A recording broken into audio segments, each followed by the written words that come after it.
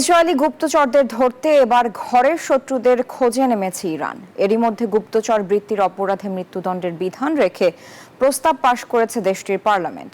শাস্তির পাশাপাশি বাজেয়াপ্ত করা যাবে সম্পত্তিও। এদিকে সংঘাতের পর এখন প্রতিবেশীদের সাথে কূটকৌশল নিয়ে ভাবছে তেহরান। 13 জুন ভোররাতে তেহরানে ভয়াবহ বিমান আর ক্ষেপণাস্ত্র হামলা চালায় ইসরায়েল। এতে ইরানের বেশ কয়েকজন শীর্ষস্থানীয় সামরিক কর্মকর্তা, পরমাণু বিজ্ঞানী নিহত হন। আর এই হামলার পেছনে রয়েছে ইরানের অভ্যন্তরে মোসাদের গোয়েন্দা তৎপরতা। গুপ্তচররা ইরানের ভেতরে গড়ে তোলে ড্রোন তৈরির ছোট ছোট কারখানাও। এরপর থেকেই ঘুম হারাম তেহরানের।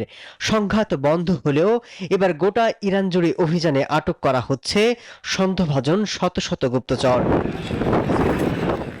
ভারতীয় নাগরিকদের পর এবার ধরপাকড়ের নিশানায় আফগান শরণার্থীরা। ইরানের দাবি, সংঘর্ষ চলাকালীন ইসরায়েলের হয়ে গুপ্তচর বৃত্তি করেছে এসব আফগানি। বান্ডেল থাকলে প্রতি সেনমানিতে টাকা বাঁচবে। বিকাশ সেনমানি বান্ডেল কিনে জিতুন প্রতি লেনদেনে। ঘরের শত্রুদের এবার কঠোর সাজা দিতে চায় ইরান।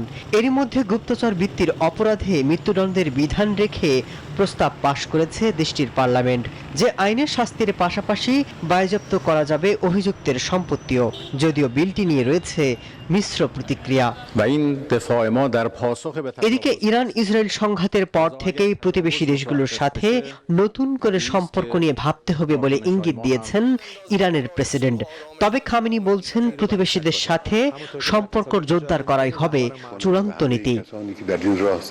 মাসুদ রানা, নিউজ 24।